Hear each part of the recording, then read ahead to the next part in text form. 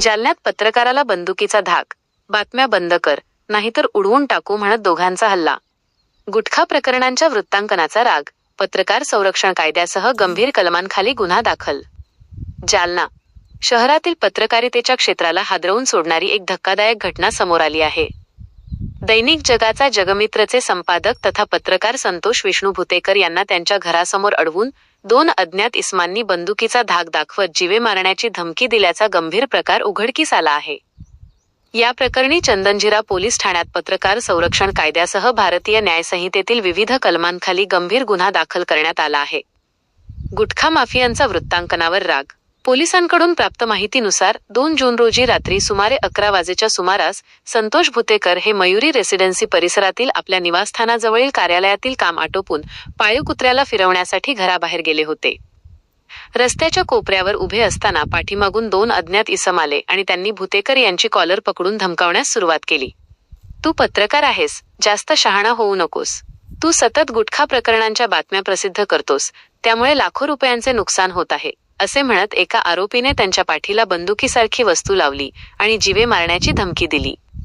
पाळीव कुत्र्यामुळे टळला मोठा अनर्थ.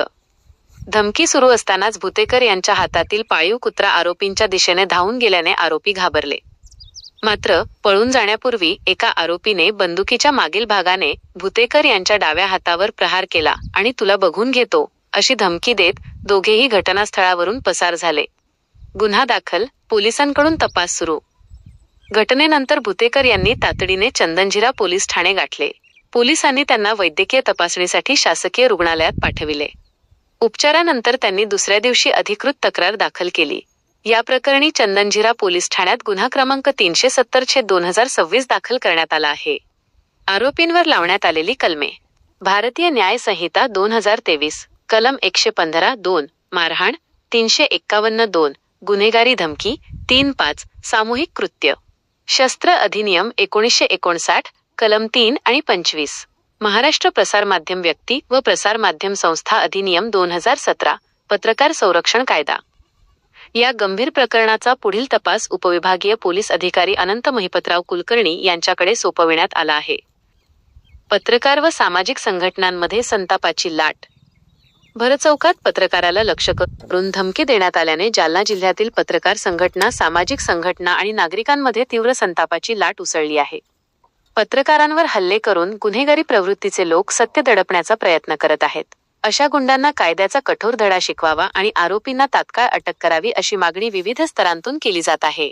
आजची जी घटना घडली आणि यापूर्वीच्या ज्या काही घटना घडल्या वर्षभरापासून पत्रकारांवर हल्ला होणे एकदम निंदनीय आणि निषेधार्ह घटना आहे. अशा घटना वारंवार होत आहेत. याला पोलीस प्रशासन देखील तेवढंच जबाबदार आहे. जर बातम्या छापल्यानं जर पत्रकारांवर हल्ले होत असतील तर आमचं दुसरं काम म्हणजे आमचं सगळ्यात पहिलं काम हे आहे की जिल्ह्यामध्ये किंवा आसपासच्या परिसरामध्ये जे काही अवैध काम होत असतात किंवा चुकीचे काम होत असतात त्याला आम्ही पब्लिश करतो. आमचा उद्देश हेच असतो की आपल्या आजूबाजूचा परिसर आणि जिल्हा हा सुरक्षित असावा, लोकांना सुरक्षेचं वातावरण मिळावं, यासाठी आमचा तो हेतू आहे आणि आम्ही त्या हेतूनं बातम्या छापत असतो. परंतु जर पोलीस प्रशासन एक गुन्हा दाखल करण्यासाठी जर म्हणजे पत्रकार जे चौथा स्तंभ म्हणतात तर त्याला जर समजा रात्रीपासून आता जर आपण हिशोब केला तर 19-20 घंटे लागले साधा गुन्हा दाखल करायला, तर बाकी सामान्यांचा हाल फार बेकार आहे. मला असं वाटतं की वरिष्ठ अधिकाऱ्यांनी यावर लक्ष ठेवावं आणि झिरो पेंडन्सी कशा होतील, दर तासाला गुन्हा कसा कमीत कमी होईल आणि वातावरण कसं एकदम सुरक्षित देता येईल यासाठी माननीय SP साहेबांनी याच्यात लक्ष घालावं अशी यावेळेस मी त्यांना सर्वांना विनंती करतो.